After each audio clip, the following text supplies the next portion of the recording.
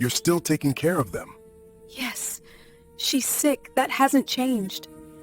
After everything they did to you, you're so worried about their medicine. If I stop being kind, then I lose myself too. Now you understand why I helped you. What do you mean? I grew up watching women like you. Strong women who were never protected. Women who gave until there was nothing left. I promised myself I'd never stand by and watch it happen again. Sabina couldn't understand it, why Tyron was helping her instead of his friend Owen, why a man with no obligation to her had opened his door without asking for anything in return. She stood by the kitchen counter, staring into the pot of chicken stew slowly bubbling. The smell reminded her of the village, of long days, tired hands, and doing what was expected of her.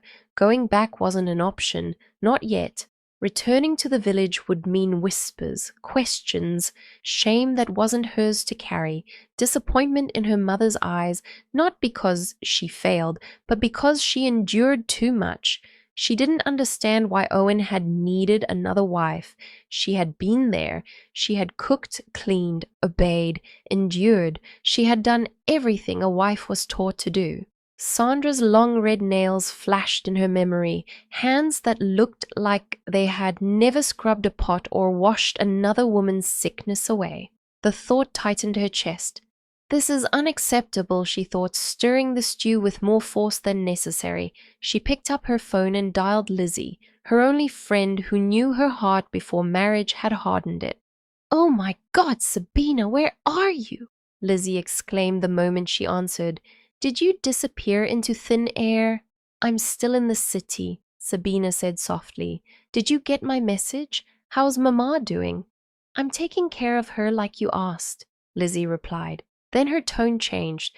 "But honestly, Sabina, why do you still care?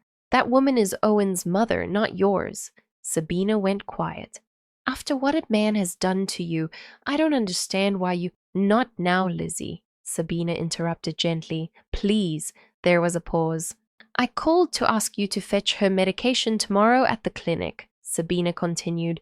"Make sure she takes it properly." She swallowed. "And please, don't tell my mother that I asked you to help Owen's mother." Lizzie sighed heavily. "You are too kind for people who don't deserve you."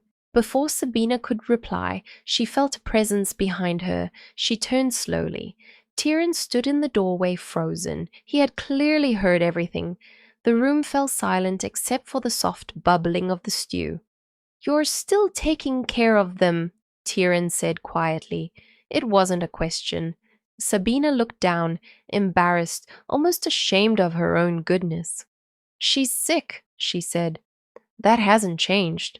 Tyron shook his head slowly, disbelief and something deeper in his eyes, respect, maybe pain.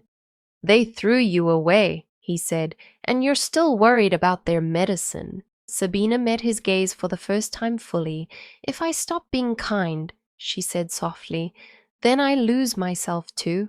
Tyron said nothing for a long moment. Then he spoke, his voice lower, careful. "Now you understand why I helped you." Sabina frowned. "What do you mean?"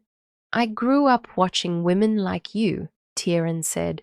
"Strong women who were never protected, women who gave until they were empty and were still called ungrateful." He paused. "I promised myself I'd never stand by and watch it happen again." Sabina felt something tighten in her throat. "I don't know how long I'll stay here," she admitted. "I don't even know what I'm supposed to do next." Tyron nodded. "You don't have to know today." He looked at the pot on the stove and gave a small tired smile. "But for tonight, eat, rest, breathe." As he walked away, Sabina realized something had shifted. For the first time since her wedding day, someone had seen her, not as a wife, not as a servant, not as a problem, but as a human being, and that frightened her more than the betrayal ever had. Owen grew restless as the night deepened. His thoughts kept drifting back to the village, to his mother's coughing fits, to his sister's empty bowls, to the house that still stood only because Sabina's hands had held it together. Sandra lay beside him, soft and warm, her breathing even, untouched by worry. And that was the problem. Sandra was not built for village life. She was not built for sickness, dust, hunger, or sacrifice. She had made him forget the hardship he once knew.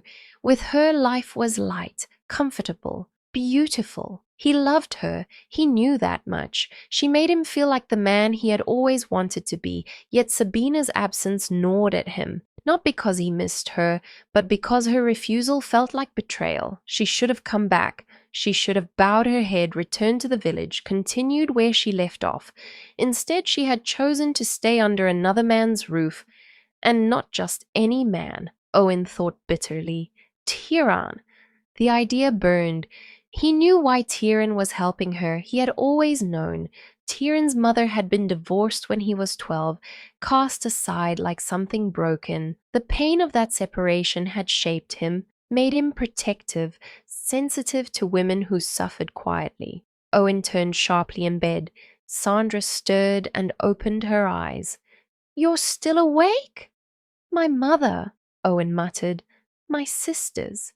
Sandra sat up slowly, thoughtful. "Why don't we put your mother in an elderly home?" she suggested carefully, "and bring your sisters to the city. We could find them a good boarding school, a good one." Owen stared at her. "And my home in the village?" he asked. His voice was flat. Sandra hesitated. "We can visit, or sell it. There's no reason to hold on to that life forever." Owen's chest tightened. That house was his roots, his pride, his proof that he hadn't come from nothing. "No," he said firmly, "that won't happen." Sandra frowned slightly but said nothing.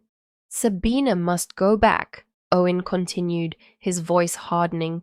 "She is my wife. She will listen to me as a husband." Sandra looked at him then, really looked at him.